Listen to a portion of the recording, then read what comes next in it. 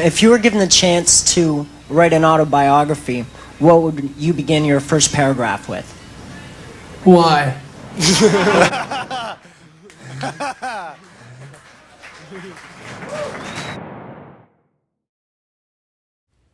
Hey guys, welcome back and thanks for joining me. I'm Sherry, your host, and you are listening to From the Dark Side podcast.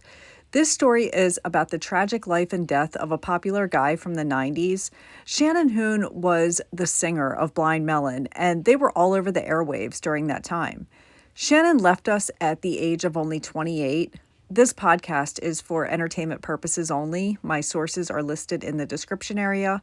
You may notice that this one is shorter than usual, and I'll be completely honest with you guys. I remember Blind Melon on the radio and watching the videos on MTV when I was a teenager, but I can't say I was a huge fan of them. I really dug the interactions that Shannon had with Guns N' Roses. I remember seeing him in the Don't Cry video before he got famous and wondering who he was. I usually cover true crime cases and disappearances, and it's rare that I do biography type of coverage. What I'm getting at is that I didn't really feel a connection with this one like I did when I covered Lane Staley and Dead from Mayhem. I think part of the reason is that I just know Shannon as the singer from Blind Melon, and I dug their music when it came on the radio, but I never attended any shows or felt a personal connection like I did with the others. I can't read off my credentials here. My only connection is that I used to watch their videos and listen to their music on the radio. I never even owned their CD. I enjoyed learning about Shannon, though, these last couple weeks, and he was an interesting guy for sure. But I feel like I'm presenting it to you as an outsider, and for this reason, I almost trashed it, but I decided to release it anyway. This is the story of Shannon Hoon. I think of Shannon Hoon, and the first words that come to mind is hippie. He wore flannels, and he frolicked in fields. He was like a free spirit. But I can't call him a hippie. Shannon himself said, "I hate the word hippie. I hate a lot of people, and hippies don't do that." Richard Shannon Hoon was born the youngest of 3 children to parents Nell and Richard. Nell was a bar manager and Richard was a bricklayer. Now, Shannon chose to go by his middle name, so there wasn't any confusion between him and his dad, Richard, so I'll refer to him as Shannon. He was born in Lafayette, Indiana, but raised in a nearby town called Dayton, and that's Dayton, Indiana, not Dayton, Ohio. This is a rural country area. His parents had to drive him 15 miles each way to school every day. Shannon, being a kid growing up in the middle of nowhere, spent a lot of time outside playing with his older brother and sister. Shannon was big into karate as a kid, often traveling to different states for competitions. In high school, he was a member of the football team, the wrestling team, and he was a pole vaulter. His parents really had their hands full with this kid. Shannon was super popular and made a lot of friends. He grew up listening to the Beatles, Bob Dylan, and the Grateful Dead. In my opinion, he got a lot of influence from the Grateful Dead. He started dating a woman named Lisa Krause when he was just 17. These two would become a long-term couple all the way up until his death. Shannon did get into trouble at times as a teen and had a couple of arrests. He was also known not to take any shit from anyone. Someone says something smart to Shannon, he'd fire right back. This was also around the time of his parents' divorce. This was like a pivotal moment for him. He went from being this jock-type teenager to a rock and roller. Shannon graduated from McCutcheon High School in 1985. This was around the same time he was playing with a local band called Stiff Kitten. They were popular as a glam metal band, but only really locally, and Shannon had bigger dreams. So Shannon moved to Los Angeles during his late teenage years. While in Los Angeles, he meets 2 musicians named Brad Smith and Roger Stevens. They decide to form a band. Two more musicians joined as well. Their names are Christopher Thorne and Glenn Graham.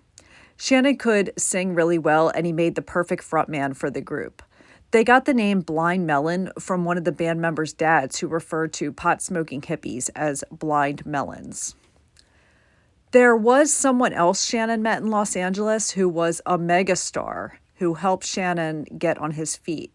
A man by the name of Axl Rose. If you know me at all, I'm like the biggest Guns N' Roses fan ever. They've been my favorite band since I was 10 years old. Axl Rose is the singer for this band. So this is exciting for me to talk about. Axl Rose grew up in Lafayette, Indiana, the same area as Shannon and his family. Shannon's older sister was friends with Axl in high school, and she still kept in touch with him even when he moved to Los Angeles and got famous. So she reaches out to him and she says, look, my kid brother just moved out there. He's trying to make it as a rock star. Just keep your eye on him if you can. Axl not only kept his eye on him, but invited him to live with him. This is huge for Shannon. Guns N' Roses in the 80s and early 90s were the beginning of their mega stardom. Shannon performed vocals on their hit Don't Cry, even performing in the music video. Shannon and Axl became good friends, and Shannon was Axl's shadow for a while. Many, including myself, feel that Axl Rose helped give Blind Melon a push into stardom. Everyone wanted to know who this younger guy was hanging out with Guns N' Roses all the time. Guns N' Roses allowing Blind Melon to open for them was a huge step. And once Shannon came on stage while Guns N' Roses were playing and brought pizza out for the band, there's 50,000 people in the crowd, and Shannon is stark naked, which is hilarious. Christopher Thorne, who is the guitarist for Blind Melon, said, quote, "We were really fucking grateful. Axl was really good to us. People try to get me to say shit about Axl, and I can't say anything about him other than he might be batshit crazy. But he was lovely to us, and he helped our career so much, and he was always so fucking cool to us." End quote. It was around this time Blind Melon released a 4-song demo, which was heard by Capitol Records, who gave them a $500,000 contract. They released an album which was self-titled Blind Melon. They toured as an opening act for Lenny Kravitz, Soundgarden, Guns N' Roses, and the Rolling Stones. They really broke open in 1993 when they released the video for No Rain. Everyone loved the B-girl in the video. If you mention B-girl to anyone who was alive in the 90s, they'll immediately know that this is the Blind Melon video. Her name is Heather DeLouch, and she was only 9 years old in the video. The video depicts her as a little girl who was dressed up in a bee costume. She's made fun of and laughed at, but eventually she meets up with this colony of people dressed in bee costumes as well. She became the symbol for outcasts and outsiders looking for belonging, and we all loved her. But the music behind the video was filled with melodic, mellow guitar and flawless vocals. It was a very simple song, and people just loved it. The song became their biggest hit, and Blind Melon is now known around the world. But it was also around this time that whispers are going around that Shannon was using drugs. Eventually, it's clear they aren't just rumors. Shannon had a full-blown drug addiction. He was arrested several times during this period and was in and out of rehab. His band members say he had been doing drugs since the days he lived in Indiana. At one point, he was arrested for indecent exposure while on tour at a stop in Vancouver for urinating on fans while performing. He literally stood on the stage and just started pissing back and forth on the front row. I don't care if it's art or whatever, that shit is gross. But Shannon was in full-blown addiction at this point, and as part of his sentence, Blind Melon had to play a charity show as community service. I thought about that because I'm like, well, Shannon's the one being sentenced here, but the whole band has to play the show, so whatever. But I'm sure they enjoyed themselves. He was arrested a separate time for fighting with security guards at the 1994 American Music Awards show. Shannon became disruptive during the taping of the show. Remember, they're filming this live for ABC. He kicked and punched officers while being taken out, and once he was in the police car, he tried to kick out the back window. Once he got to the police station, he spat on the detective who was interviewing him, and he ripped a phone off the wall. Blind Melon did not end up winning the Best New Artist award. It went to Stone Temple Pilots instead. Shannon was charged with battery, 2 counts of battery on a police officer, 1 count of assaulting a police officer, resisting arrest, disturbing the peace, and for damaging telephone equipment. Blind Melon performed at Woodstock 94, and Shannon comes out wearing his girlfriend's dress and barrettes in his hair. I love this because back in 1994, society wasn't as progressive as it is now.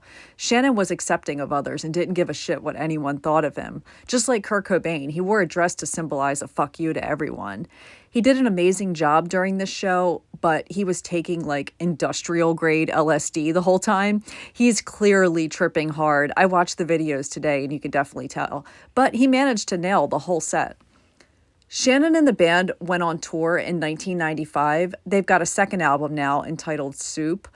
This one didn't hit quite the same for fans though, but they're playing shows every 2 to 3 days and touring along just fine. Now, during this time, Shannon's girlfriend Lisa, who is now his wife, is pregnant and gave birth to their daughter Nico, Blue, in July of 1995. Shannon was ecstatic and was ready to be a dad to little Nico Blue. He knows he has to get clean and ends up going to rehab. He, for the first time, is serious about getting clean. The record label Blind Melon was a part of even hired a drug counselor to accompany Shannon everywhere. He didn't last long, though. Shannon kind of made it clear that he wasn't welcome there, and it was really awkward having him around. They had a show in Houston at a place called Numbers on October 20th, 1995. This gig didn't go so well. Shannon appeared to be on drugs again, and he was pretty sloppy. The crowd wasn't really happy with it, and Shannon struggled through most of the set. The band leaves that Houston gig on their tour bus and heads to New Orleans since they have a show there the next day. I had to look this up because I thought Houston, Texas to New Orleans would be like 24 hours worth of driving, but it's really only about 6 hours. Shannon was said to have been doing cocaine the whole ride, and once they arrive in New Orleans, Shannon hops off the tour bus and starts walking the streets looking for more drugs. At some point in the night, he got back on the tour bus and climbed into one of the bunk beds and went to sleep. The next day, the band's sound engineer goes in and tried to wake him up for sound check for the show they were having that night, but Shannon was unresponsive. They call emergency services, and paramedics make their way onto the tour bus, and he is pronounced deceased. His official cause of death was cocaine overdose.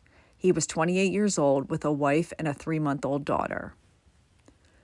Shannon's body was brought back to his former town in Indiana where he was laid to rest. Fans across the world mourned for him. It was a sad day in music. Shannon's music career was still early. He could have grown much bigger as a musician and gotten clean, and it's unfair that he's gone at such a young age.